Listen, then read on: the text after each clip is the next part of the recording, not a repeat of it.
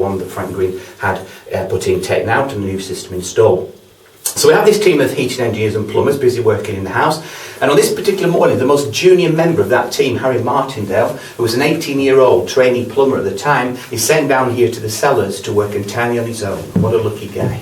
And the job he'd been given was fairly straightforward, just like a hole through the ceiling for a pipe to come through. Well, Harry brings a set of ladders with him, and when he gets to this point in the cellar floor, he notices an excavation trench has been dug down, much lower than this existing level, and although he didn't know it at the time, it's actually exposed a stretch of the Roman road that passes beneath the treasurer's house. It was being examined at that time. But Harry just saw it as a nice, safe, stable place to foot his ladders, so he puts the feet of the ladders in the trench, leans them up against this wall, climbs up the ladder, and he gets busy working. Well, he's been working for several hours without any problems when he starts to hear a sound. It's a musical sort of sound, so he thinks to himself, it's probably just one of my mates higher up the house playing the radio, so he just ignores it, carries on working. But of course he's totally wrong. The sound starts to get louder and louder and closer to where he is up the ladder there. And he also starts to notice, although it is a musical sound, it's not a song or a tune that's being played, it's just the same single note being repeated over and over again. Rather, he thinks like somebody blowing into a horn or a trumpet maybe. Well, he still tries to ignore it, but the sound gets so loud it's definitely coming from within the cellars. In fact, it's coming from this very part of the wall here. He's up the ladder there, he glances down to look at the source of the sound when suddenly, out from the solid wall steps a figure of a Roman soldier, wearing a helmet with plume feathers, wearing full military uniform. As the soldier comes out of the wall though, Harry notices something very strange. The soldier can only be seen from his knees upwards. But then when the soldier steps down into the trench, i.e. onto the Roman road, the entire figure of the soldier can be seen. Well, Harry's so amazed by this, he topples off his ladder. But he picks himself up and he goes to hide as best he can in that far corner of the cellar just over there. Just in case this soldier means him some harm, he crouches down, makes himself as small as he can. But the soldier totally ignores him there, marches slowly but steadily across the cellar floor and disappears right through the middle of the gentleman there. Straight through the wall. Well, Harry thinks about escaping, of course, but he can't. There are more sounds coming out of the wall, and this time it's the sound of a horse's hoofs. And what begins to come out next was an absolutely massive horse. On top of the horse, there's a rather proud-looking Roman soldier, and he's got a large circular shield over his left arm there. As the horse comes out of the wall, that also can't be seen entirely. Then when the horse puts its front hoofs into the trench, Harry can see right down to the bottom of its legs. And he said what was unusual about this particular horse was it had very bushy, feathery fetlocks around here. He said it was more like a cart horse or a dray horse, than a normal type of horse. Anyway, the soldier sitting on top of the horse totally ignores Harry, quivering and shaking in the corner there, and just follows his colleague across the cellar floor. He and the horse go straight through the solid wall as well. Well, of course, Harry thinks about escaping again. But he can't. More sounds are coming out of the wall. This time we've got footsteps, marching footsteps. What begins to come out next is the beginning of a whole column of Roman soldiers marching in pairs. Harry counted about 16 to 18 soldiers in the actual column itself. The first of the pair that come out, the soldier on the left-hand side, he was carrying a large stretch-wind instrument, possibly the sound that you'd heard earlier on. All of the soldiers, as they step out of the wall, are only visible from the knees upwards. But once they've stepped into the trench, he can see right down to the bottom of their feet. And he said all of these soldiers, he could now see, were wearing open-toed leather sandals, and they had leather strappings around the lower part of the legs, just up to the knees there. Harry said he was so close to these soldiers as he was crouched in the corner there, he could actually hear them talking to each other. But he said they weren't speaking a language that he could make any sense of. Well, Harry later gave a very detailed description of these soldiers. He said they were quite small figures. He was genuinely surprised how small they were. All wearing military uniforms, and this consisted of sort of leather sort of jackets on the top part of the body, but beneath that, Harry said they were wearing, well, he called them funny little skirts. Well, of course, they were tunics coming down to just above the knees, and he said they were all green in colour. All of the soldiers were armed. 2 or 3 did carry spears, but most of them just had short little swords wearing in holsters on the right-hand side of their bodies. Harry said, and again the phrase that he used was that these soldiers, he said, didn't give a very good impression of themselves. Now what he meant by that is they certainly weren't sort of marching proudly across the cellar floor. He said they were trudging along quite slowly. They looked quite sad, quite sort of downhearted figures. Also he said these were scruffy soldiers. Quite a number had mud splattered all over their legs and parts of the uniform. Quite a number were clearly unshaven. They could see stubble on their faces. And it was as though perhaps they'd been out on an expedition outside the fort that lasted for several days. Maybe hadn't been as successful as they were expecting. And here they were trudging rather sadly back to their sleeping quarters. But as the first pairs of the column began to go through the wall, there was one other thing that absolutely staggered Harry. And that was that not a single one of these soldiers reacted to him in the corner. Not a single one of them even looked at him. And the reason Harry was so amazed by this is because he said these were not ghost soldiers. They weren't transparent figures, they weren't sort of willowy, wispy, smoky type figures that you tend to associate, with ghostly sightings. He said these soldiers were totally solid figures. He said they were so real and so lifelike, he was sure that if he knelt up and stretched out as far as he could with his arm, he could have touched the nearest soldier. But he's far too scared to do that, of course. But when the last pairs of the column had gone through the wall and the footsteps and voices get fainter and fainter and fainter, Harry makes a run for it, picks himself up, sprints across the cellar, dashes up the first tunnel, runs up the second tunnel, rushes up the steps that you came down, and he sat down on the very top step up there. He was shaking like a leaf, absolutely terrified.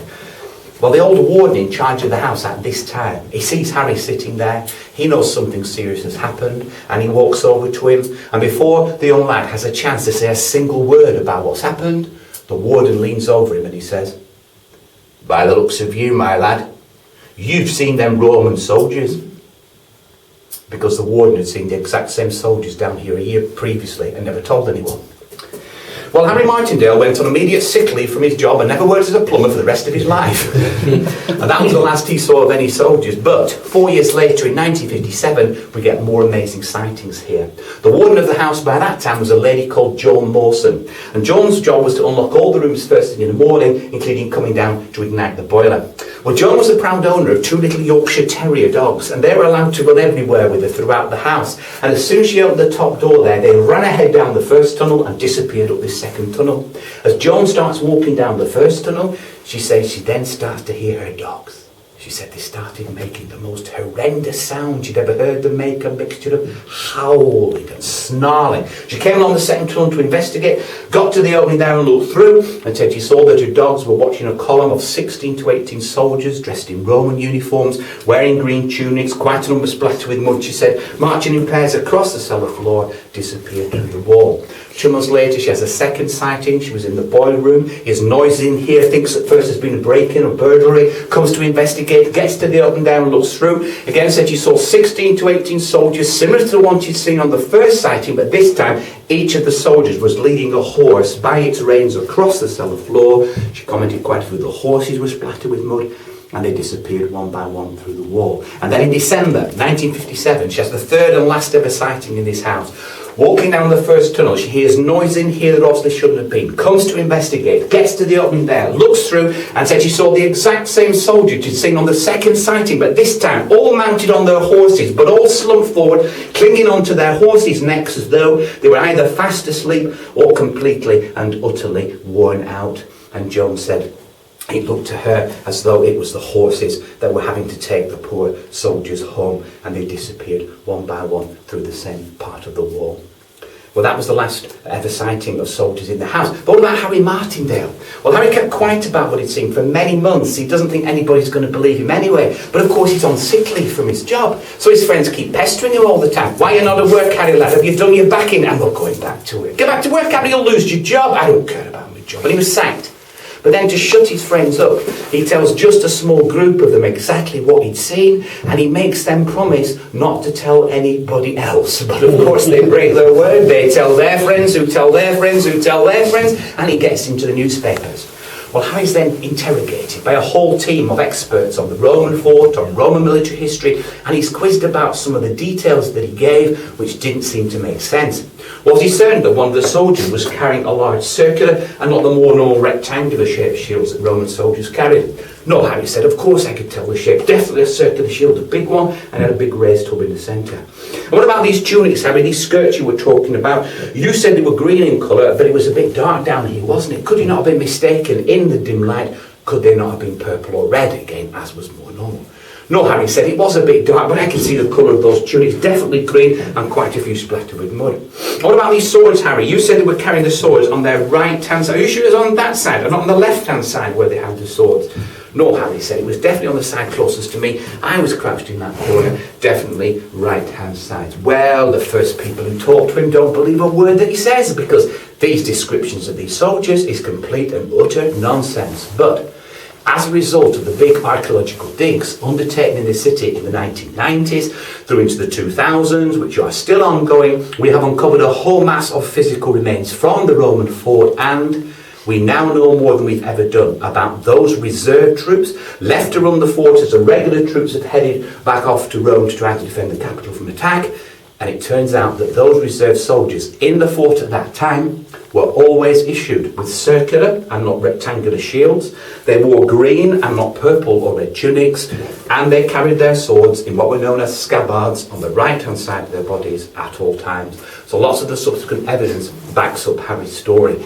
Now, I said that Harry never worked as a plumber again. Well, what happened to him? Well, he became an aircraftman. He joined the Royal Air Force, he was part of the ground crew there, and he saw some active service in Aden and Cyprus during the late 50s, early 60s. He then left the RAF and became a police officer and served until his retirement here in the city of York. He's now 77 years of age. He comes in to see us from time to time. He came in last year, and we do keep in contact with him for obvious reasons.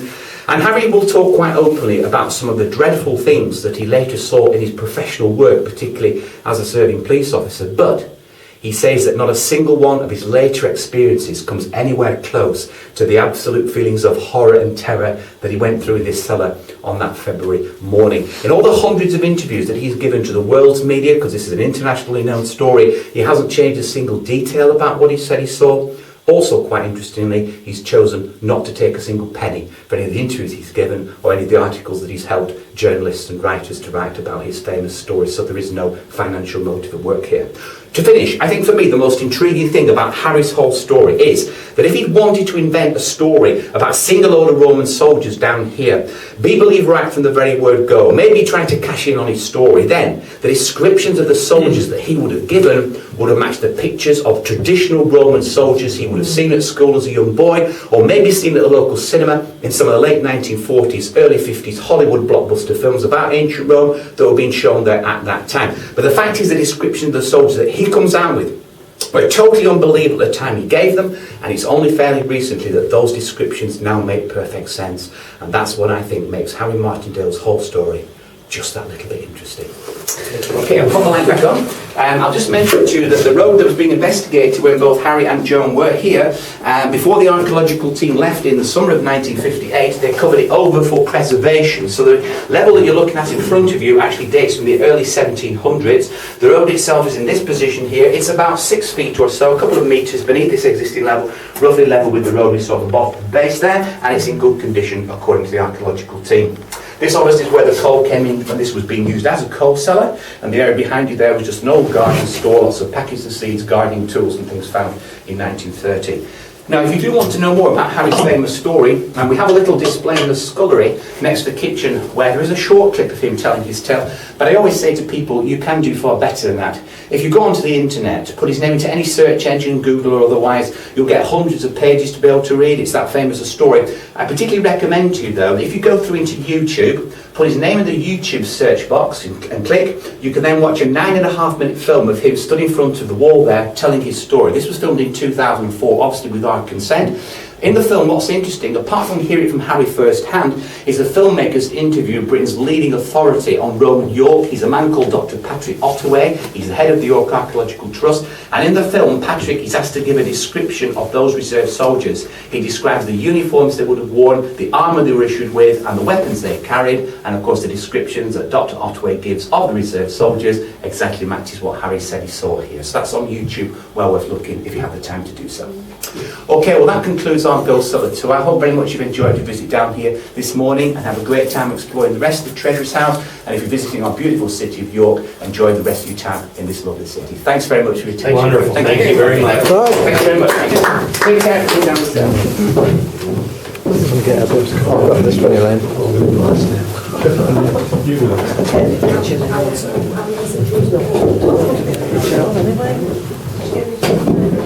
I want to be locked in here overnight.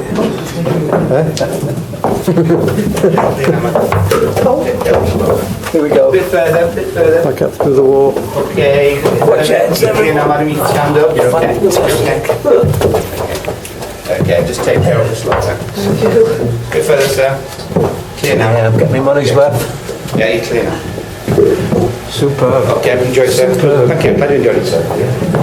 Very much. Okay, madam, can stand up now. Take care of the floor there. Thank you. Everyone else now. Thank you very much. Yeah, madam, take care. Take care. Well, they didn't show up, but not to worry. No, they didn't show up, did they? Didn't show up. No, they didn't show up. That's amazing. No, they didn't show up.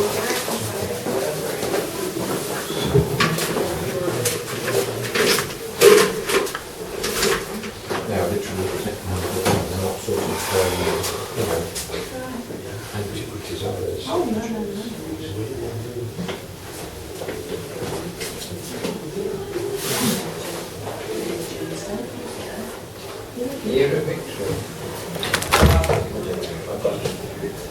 Ooh.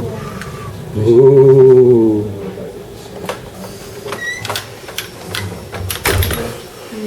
Yeah,